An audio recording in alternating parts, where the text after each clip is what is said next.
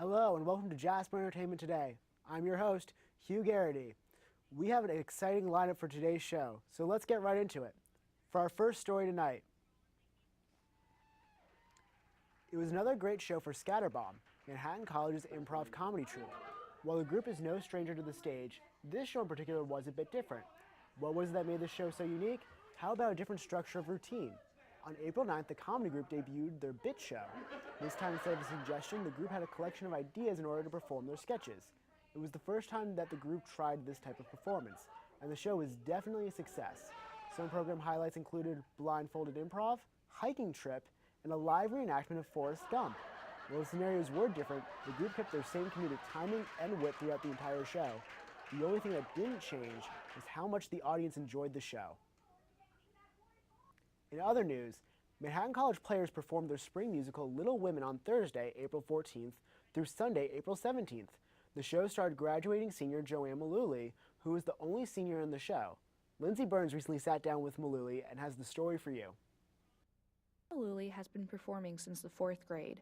She has always had a love for theater, and after graduating from high school, Malooly knew she wanted to continue performing in college.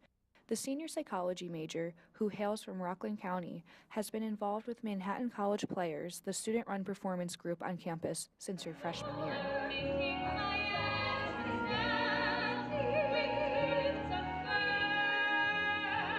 Players has meant a lot to me over the course of 4 years. It's been something that's always been a consistent thing. My first musical was freshman year of Avenue Hugh. Malooly said that it was a hard decision not to pursue musical theater as a major in college, but she knows that no matter what, music will always have a place in her heart.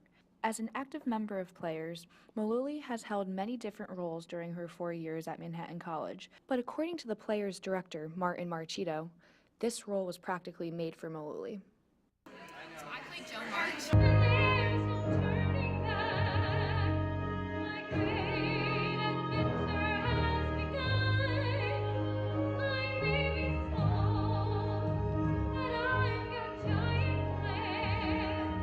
According to Malooly, the show looks at the 4 March sisters living in Massachusetts during the Civil War. Jo lives during a time where girls are expected to go to balls and get married, but Jo dreams of becoming a world-famous writer and traveling throughout Europe. I can button up my mind and keep my thoughts with you and So it's been a great time learning about her and learning about myself, and a great role to play right before graduation. Malooly has applied to a volunteer program to perform a year of service after graduation and is waiting to hear back from that, but she knows that no matter what, theater will always be a part of her life post-graduation.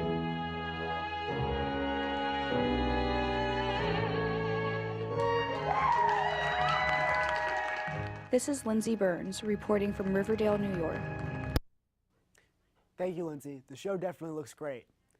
And for this week's Artist Profile, I had the privilege of being able to sit down and talk to former MC student Sammy Bowers about her growing music career. Here's the story.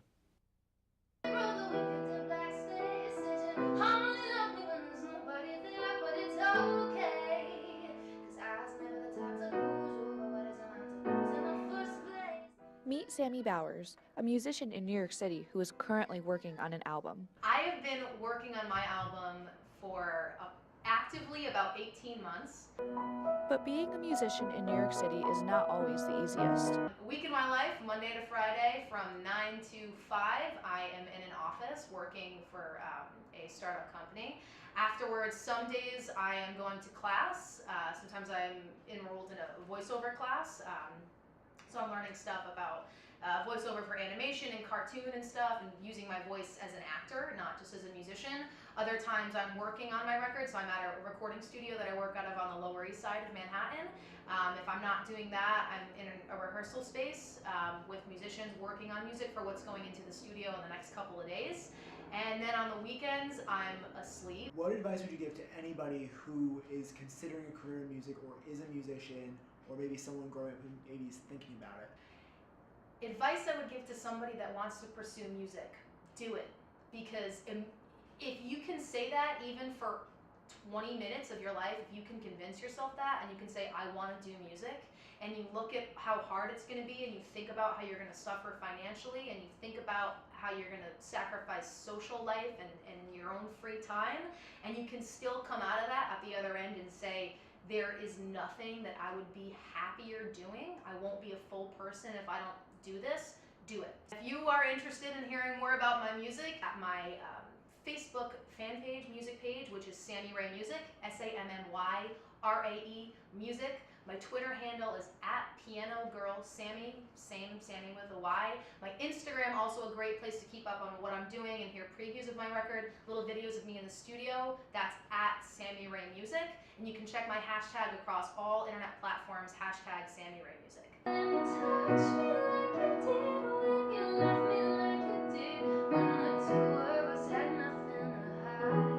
From Ripley Greer Studios in Midtown Manhattan with Samantha Bowers and Hugh Garrity. It was great being able to talk and catch up with Sammy, but it was even better to hear her perform. You should all keep an eye out for her album that should be debuting later. Now for sports. With things heating up for the spring intramural volleyball playoffs, teams are going to be getting more competitive than ever. Although intramurals are played as just a pastime, things can get pretty intense when you get down to it. In case you haven't heard of them, intramural sports are all about you. No coach, no unwanted team members. You gather together with about 8 of your most athletic friends, and about once or maybe twice a week, play against other friends to give some incentive to play. Student Activities gives t-shirts to the winners of the intramural championship, but the players really play for the bragging rights that come with winning. In other sports news, Samantha O'Connell recently interviewed Matthew Garvey about his injury and how he is recovering. Here's Samantha with the story. Today we have junior lacrosse player Matthew Garvey joining us here at Manhattan College. So you were injured last semester, right? What was your injury?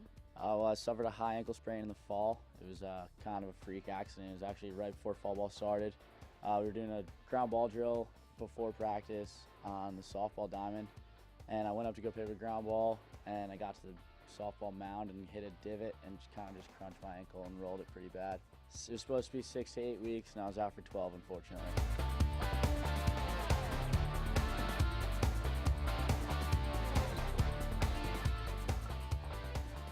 We've, at Manhattan College, got the best training staff in the country, led by Doug Straley.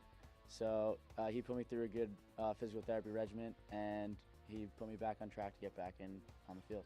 That's awesome. And how was your transition getting back on the fields for the season? It was tough, especially with the new coaching staff, because I wanted to get out there and show them what I could do. Definitely wasn't in my best shape because during the fall, it was a lot more running than we did this spring, so I had to really work, like when I was fully cleared over the winter, to run a lot. But during practice, every day in the fall, I was out with my crutches, just playing wall ball and getting my stick skills better. That's awesome. That's dedication.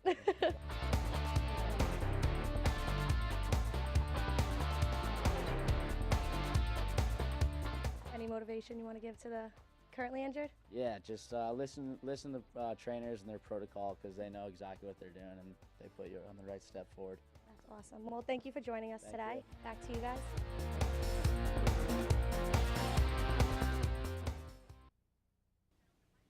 Thanks, Samantha. Hopefully Garvey's back on the field in no time and makes a speedy recovery. And now for our last story of the day, let's take a look at the popular Zumba class offered at MC.